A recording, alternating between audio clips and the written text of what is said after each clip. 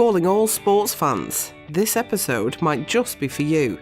We're on location this time at the home of St Helens Rugby, the Totally Wicked Stadium. We talked to General Manager Dave Hutchinson about everything sponsor related. We managed to get some time and sit down with head coach Justin Holbrook and mull over the Saints season so far and what he might be doing if he'd never gotten into rugby. Welcome to the 4th episode of the Totally Wicked Vape podcast. Hi, it's Rachel and Tim, and welcome to episode 4 of the Totally Wicked podcast. Hi, Tim. Hello, Rachel. How are you? Yeah, not so bad. It's a little bit different this one because we are offset. We are. New location. We are at the Totally Wicked Stadium in St Helens. I am exceptionally excited. A little bit. Overly excited, I would say. Because we are in a box in the St Helens Stadium and the rugby players are training like right there. Just to give you guys a little bit of a picture, Rachel was at the window only 30 seconds ago shouting, "They're running! They're running!" Okay, so I've got to think about buff guys. I don't know. I can't help it. And I'm excited because they're all just down there. But yeah, so anyway, that's why it might sound a little bit different and you might hear some noises, and it's because we are at the stadium itself. Because we've got a bit of a special one, this one. So we're going to be doing some interviews with Dave Hutchinson and Justin Holbrook, which we're really excited, especially for Saints fans out there. But other than that, what have you been up to, Tim? Well, it's my first day back from holiday today. On my holiday, I've been to Berlin, Nice. which was lovely. And I've also moved house. Oh. Yes, so it wasn't the most thrilling second half to the holiday. In fact, lots of stress, moving things, putting things in the right places, arguing, that kind of stuff. Standard. Yeah. But it's gone well. It's gone well. You've moved to Trek as well, haven't you? You've not gone just down the road. Yeah, so I'm now reside in the Midlands. I've been living between the North and the Midlands for the past 6 months, but now all in one place for me. One base. For my new That's job good. role. Yeah. The cat's gone with you? The cats are now moved in. Yes. Yeah.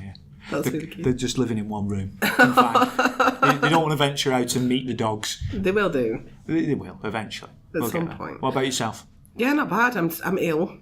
I'm trying not to give it to you today. Please don't. I was actually off work, which is unheard of. But yeah, so I was actually off ill and I seem to have given it to everyone, which is a shame. It's very generous of you. I know, I do. I feel bad about it, but I can't help it. Sharing is caring, Rachel. Sharing is caring, especially when it comes to illness. You'll walk away from here and within 24 hours, you'll have a temperature and you will drop me a message and say, "God damn you, Rachel." And then I will have to inform my boss that after having a week and a half holiday, I'm not going to be in work for another 7 days because I'm ill. Because you're ill. So yeah, I do apologise about that in advance. This is now my disclaimer, by the way. So if you need to come back to it, you can say, "See, it wasn't me. Somebody gave it to me." But yeah, other than that, no, not much. Working. Enjoying this lovely weather that we're having at the moment, which, okay, so by the time you listen to this, the weather might be bad. I take no responsibility for that. This is not my fault. I was thinking this actually on the way up here because the sunshine in the Midlands was glorious, and then I hit this barrier around about Kiel services and it just all went gloomy. I thought, all right, I'm back home now. I'm back home. But in St Helens today, it's absolutely lovely. It's really nice here. But when I do this, like I did it in the last episode, and I said, "Oh, it's been snowing. What's the snow like?" And then 2 days later, we had that weird like spring where it was absolutely stunning like and really summer. warm. And so when people were listening to it, there's us talking about snow. And actually, it was stunning at the time. So, yeah, I take no responsibility for the weather. So like I said, this one's a little bit different because for people who don't know, Totally Wicked sponsor a number of people. So we are principal and stadium sponsor of St Helens Rugby Club. And we also sponsor Blackburn Rovers, where we are a training kit partner. So if you ever watch Rovers train or see any pictures, you'll see our logos on there. And obviously, as I said before, we are in the Totally Wicked Stadium in St Helens, which is really cool. It's so cool pulling up and you see Totally Wicked on the front. They need to update the signs on the way in, though. Yes, they do. Because it still has the old park name on it. But yeah, that's... very true. But other than that, it's still really cool. Driving up to the stadium and you see Totally Wicked on the front is really good. So yeah, I'm really excited to talk to Dave and Justin today. I think it'll be interesting. They're both really lovely guys. So yeah, we will jump into that now. And so here is us talking to Dave and Justin and catching up with them on the latest news from St Helens. Okay, so hi Dave. Hi. We all know you at Totally Wicked, but to start, it'd be great for the listeners if you could explain a bit about you and about your pivotal role at St Helens Rugby Club. Okay, well, my name's Dave Hutchinson. I'm the general manager here at the club.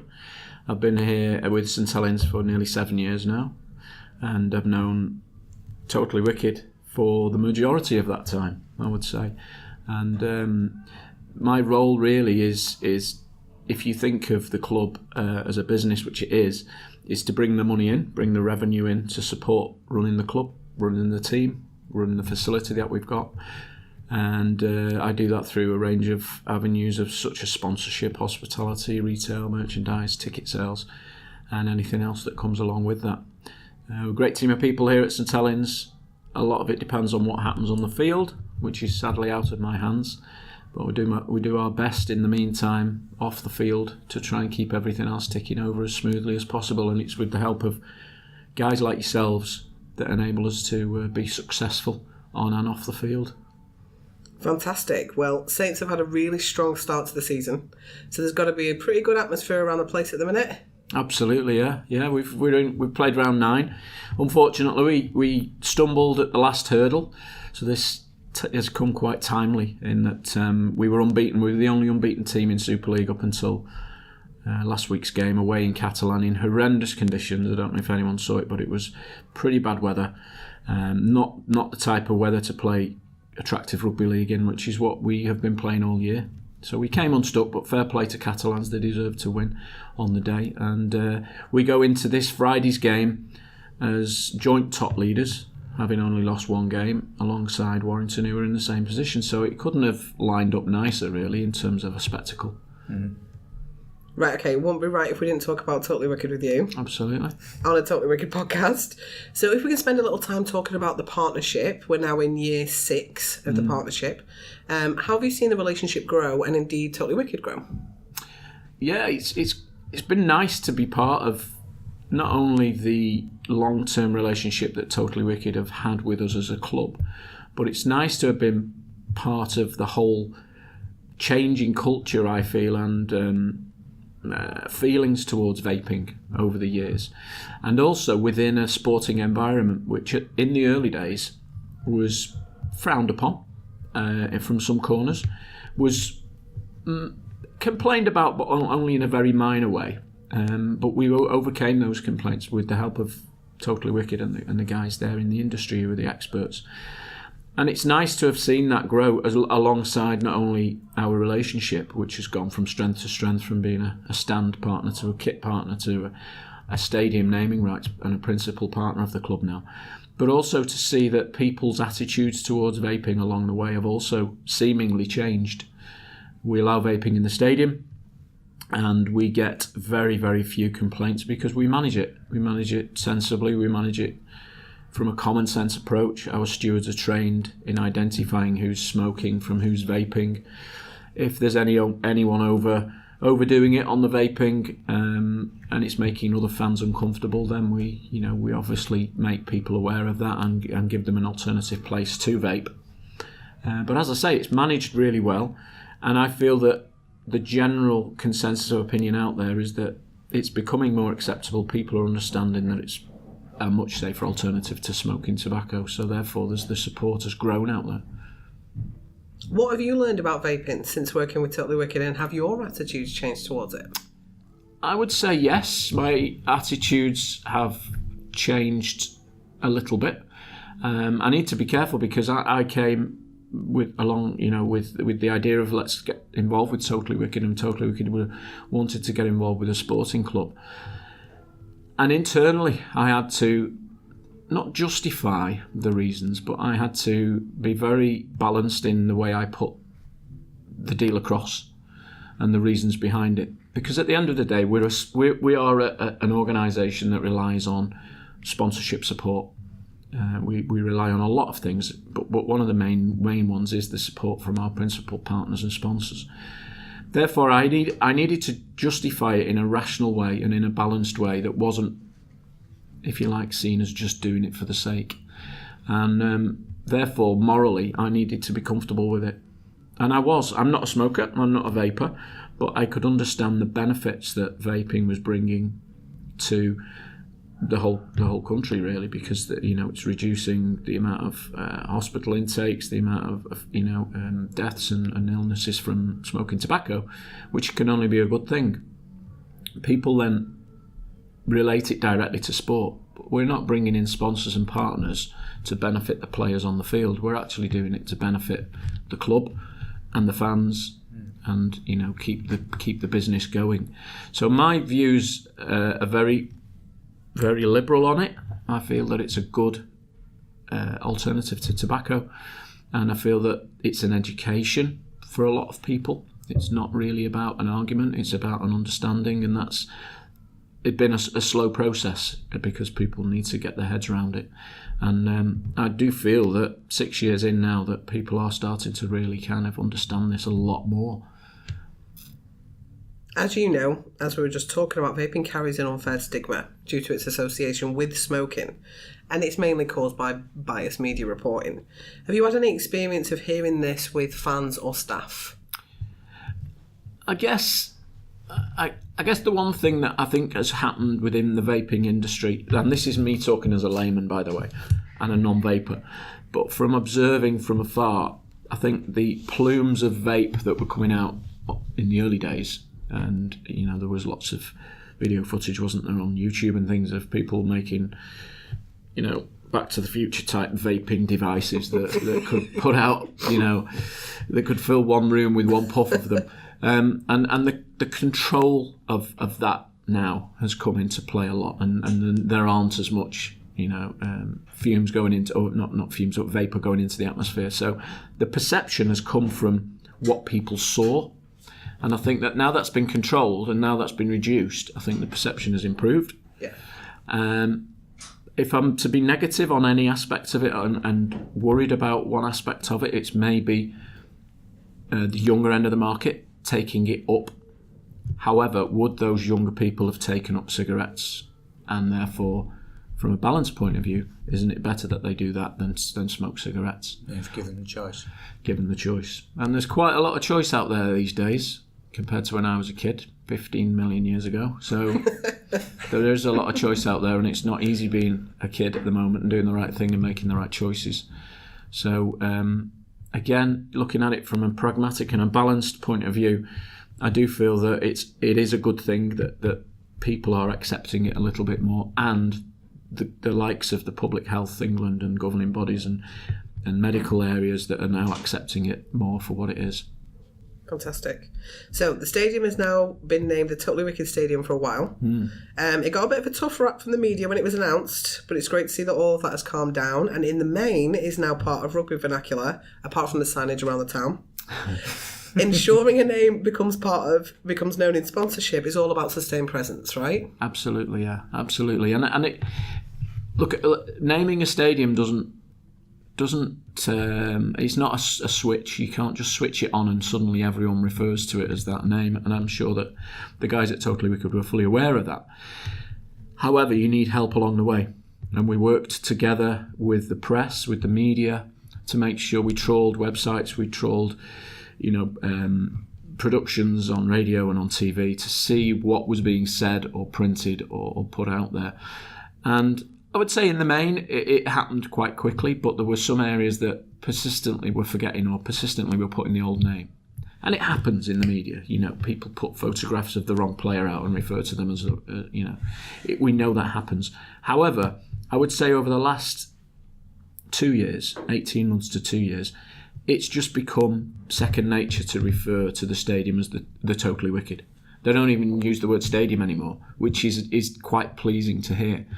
Its full title is the Totally Wicked Stadium, but when people say the Totally Wicked and they mean the stadium, that means it's started to make its impact.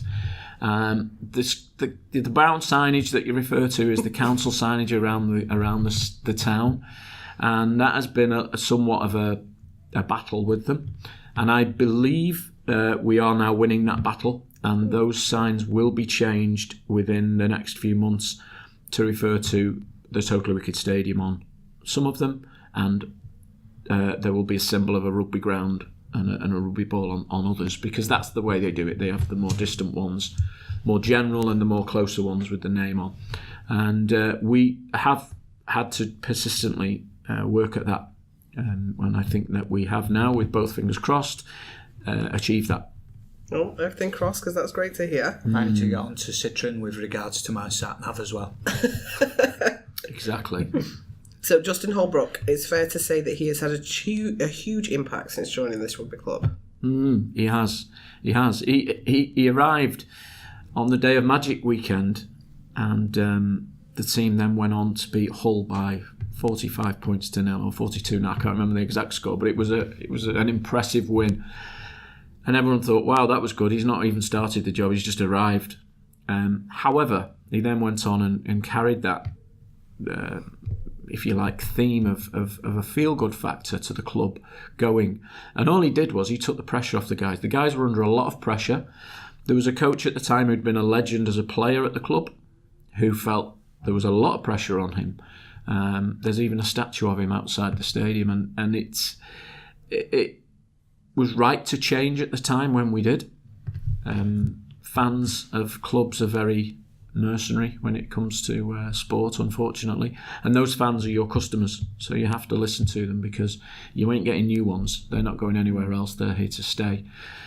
The club listened, the club changed the management. Justin came in from Australia, as he'd been an assistant at the Roosters in the NRL, and he made an immediate impact. And the word culture is the key word I'd use about Justin. He instilled a culture into the club and with the players for them to play rugby and enjoy what they were doing. Much like, dare I say, and I'm not a Manchester United fan, but much like Ole Gunnar Solskjaer has done at Manchester United, he's come in and he's allowed the players to play football, enjoy what they're doing. Justin did exactly that. And then in his first full year after that, he then was able to put his own mark on the way we were training, the way we were playing. He had some influence on some of the signings, and that continued into year 2 as well. And we've seen that we've been very successful. Okay, we kind of fell at the last hurdle in 2 semi-finals last year, but we're league leaders. We're by far the highest scoring team in the league with the best defensive record. And as you've alluded to at the beginning, we've already started this season in a very similar vein. The players, I've seen a big change in the culture since Justin arrived in terms of the nature of the players, and the players in rugby league have always been kind of easy to work with, but these have been extremely easy to work with since Justin arrived. He's come from a commercial background himself, so he knows the importance of being open and working with the club in more ways than just playing rugby on the field. So he's been a breath of fresh air. He really has. It must be really inspiring to see younger players really start to mature and get their chance to shine in the Saints' first team too, under Justin's mentorship. Absolutely, yeah. And that's something that's, I think, quite unusual for a foreign coach to come in. Again, I'm no expert on this area. I'm a commercial and a marketing person, but having been in rugby league for the last 13 years, often a new coach comes in and wants to put his own mark on it, wants to bring his own players that he knows in, wants to bring his own backroom staff in that he knows. But Justin's embraced the culture of St Helens and what St Helens' history is all about. And St Helens have always prided themselves on bringing the youth through. We're one of the teams that bring the most youth through into the first team rugby league, I think. We're very proud of that fact. And Justin's recognised that from day one. He's worked with that. He's brought other players in, but the players that have come through the ranks, and the list is endless, and many of them are making international standards already. You know, the likes of Matt Percival and Tommy Makinson, Johnny Lomax, Alex Walmsley, Regan Grace, Morgan Knowles, Luke Thompson, let alone the legends that were already here, such as James Roby. He's been able to bring that youth through, work with the existing group, and bring 1 or 2 new players in as well along the way, but still maintain that culture, still maintain that good feeling around the club, and that everyone is in this for each other. And it's great. It's really good. He's embraced the backroom staff, if you like, in terms of the admin office, into that as well. I've known coaches walk through the office without even looking up at backroom staff. He comes in and he says hello to everyone. So that's the difference. And I know it sounds a little bit simple, but it actually makes a big difference. Yeah. Right, you alluded to this before, and some fans will be torn each side with this question. But as fantastic as Ben Barber was for us at Saints, Justin has absolutely filled the gap left by Ben, and the results show this. What are your thoughts? Yeah. I mean, last year was a very exciting year. We got Ben Barber the year before when Justin arrived. Actually, shortly after Justin arrived, we were able to secure a major signing of an NRL superstar. This guy had won the Dally M, which is the equivalent of the Man of Steel over here, and he'd won numerous accolades over in Australia and in the NRL. And he was not at the end of his career, as a lot of Australians are when they come over to Super League. He was very much still in his prime, but not able to play in the NRL for various reasons. We overcame that. We, if you like, took his ban, suffered that ban, and then when he was free to play, he made a superb impact on not only the team here, but on the game itself, because he was a very exciting player. And that was good for the game. I think it was good for the team. However, unfortunately, Ben was homesick and Ben wanted to get back. And Justin has been able to work with existing junior players, with existing players coming through the ranks, and a good mix of new imports, if you like. And it's fair to say that we've got a better balance in the team now than we've ever had. And I think that is far stronger than any individual talent you can have in the team. And let's hope that continues. The big question, Dave. How do you see the season panning out? I see the season panning out as I'd like to say Saints winning everything. Ideally, that would make my job a little bit easier. However, rugby league's a funny sport. We've seen London come up and everyone wrote them off from the minute they entered the league, and they've had some good wins this year so far. Who'd have thought that Leeds would be propping up the bottom of the table and Wigan fourth from bottom? Massive names in the game of rugby league. However, there's a long way to go yet. We're only 9 games in. Warrington and St Helens are leading the way. Warrington and St Helens are playing this Friday. The result of that game probably won't have much impact on the rest of the season either, because it'll only be the 10th game of the season. I think St Helens have got a very good chance of going all the way this year in both competitions, in both the Super League and in the Challenge Cup.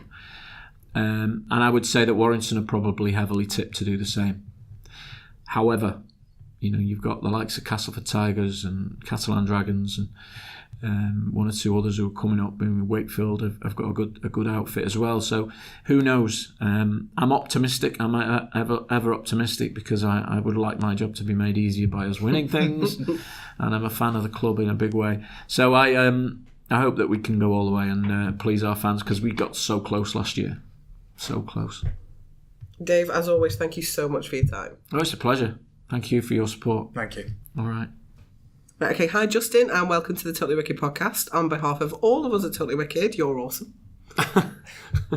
Firstly, thank you for taking the time out of your schedule to talk to us today, and we appreciate how busy you'll be. It's a really great start to the season. How is the feeling in the camp at the moment? Yeah, really good. Obviously, 9 games in now, and prior to last weekend, we won 8 in a row. So, obviously, started the season really good, and the feeling's great. And as I said, we just had a tough day in Catlans last week, and we've got a massive game tomorrow night against Warrington. So, as for how the season started, it started really good for us. It must be really inspiring to see younger players really start to mature and get their chance to shine in the Saints first team, likes of Aaron Smith, James Bentley, and Jack Wellesby.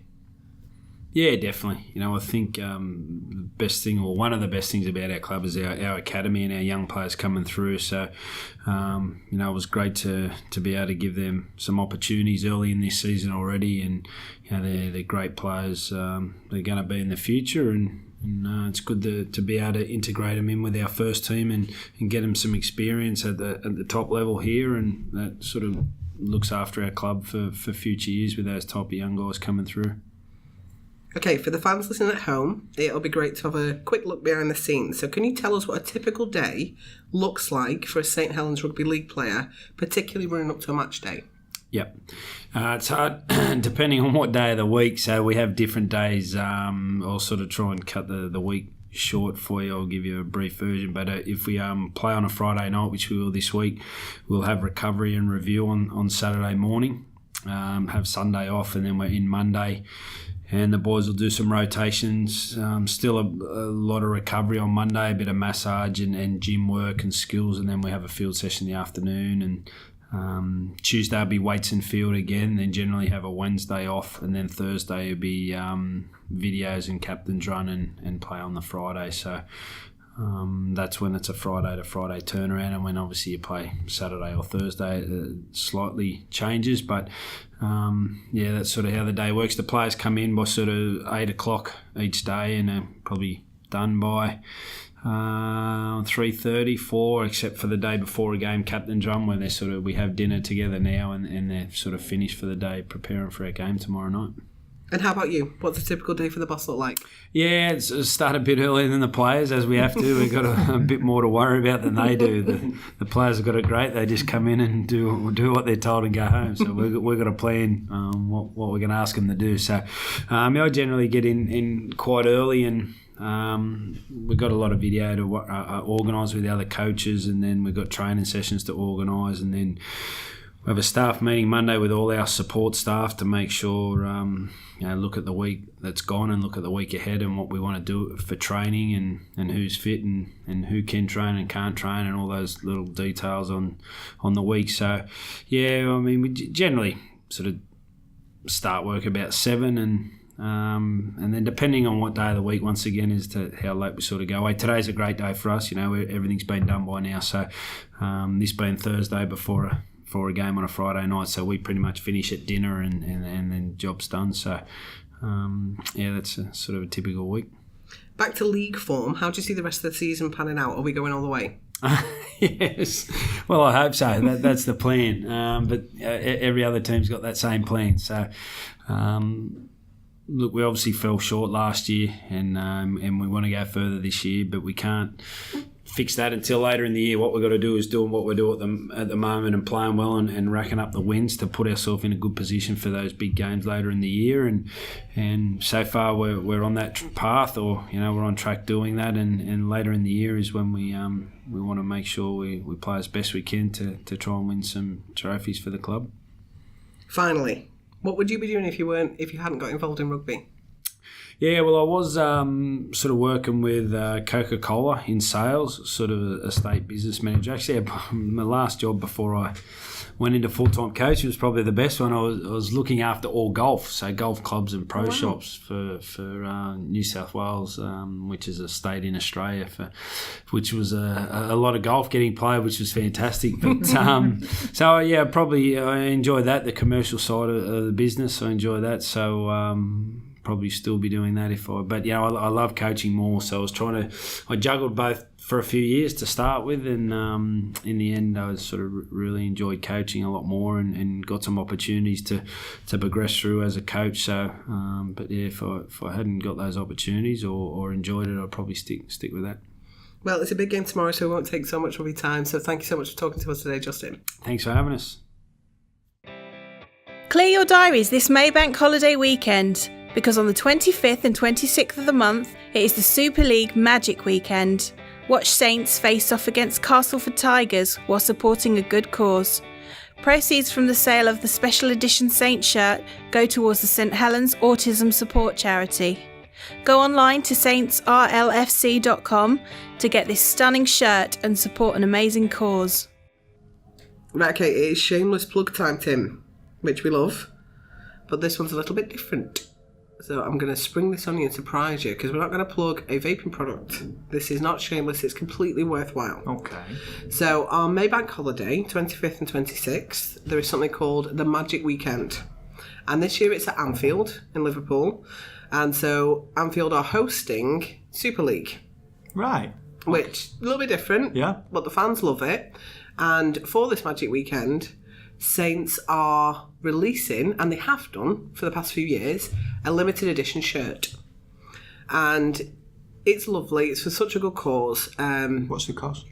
It's for autism awareness. So they donate some of the proceeds from the sale of this limited edition shirt, and it goes to support local people with autism through the St Helens Autism Support Charity. And so this year, the shirt is red and white, and it has jigsaw pieces, which is the recognised symbol for people with autism. And so it looks like some of the red is coming off into little red jigsaw pieces. It's a lovely shirt. It's for an awesome cause. They've raised over £30,000 so far for this local charity, and it really makes a huge difference for supporting the local people with autism in and around Merseyside. It's a great cause. This year, St Helens are playing Castleford Tigers, I think. Buy the shirt, watch the game, support this amazing local cause. This isn't a vaping product. This isn't about go and buy our things. That's not what it is. This is about our relationship with St Helens and how much we support them and how much we support local charities, and we're completely behind them with this. And so the shirt's lovely, it's really nice. So it's not just like you're buying something that you won't be able to wear. And you're representing such a good charity, and it really does change people's lives. So that is our shameless plug this week. That's a good shameless plug, and we're mixing it up. We are. Keeping people on the toes. We are keeping people on the toes, and I'm glad about it. So yeah, go online, go on the St Helens website, have a look. The shirt's really nice, and like I say, a percentage of the proceeds that they get from these shirt sales go to this local charity. So yeah, look, have a go at the Magic Weekend. That is the 25th and 26th of May. Castleford Tigers, they are playing, so support St Helens as well, because obviously we want them to win. But yeah, so go and have a look at the shirt, get it bought, support a fantastic local charity, and I'll be going online buying mine. Right, okay, so that was the interview with Dave and Justin, and I'm going to hand over to you, Tim, because I am going to go and watch these fit rugby players out of the window in a really weird way. What Rachel is neglecting to tell you is she's been looking out of that window for most of the podcast anyway. So that was episode 4 of the Totally Wicked Vape podcast. Thanks for listening. Make sure that you check back and look at any episodes that you've not already listened to. And thanks for sticking with me and Rachel while she's gawping at rugby players. And don't forget to subscribe so you never miss out. And if the mood takes you, give us a rating. See you soon. See you soon.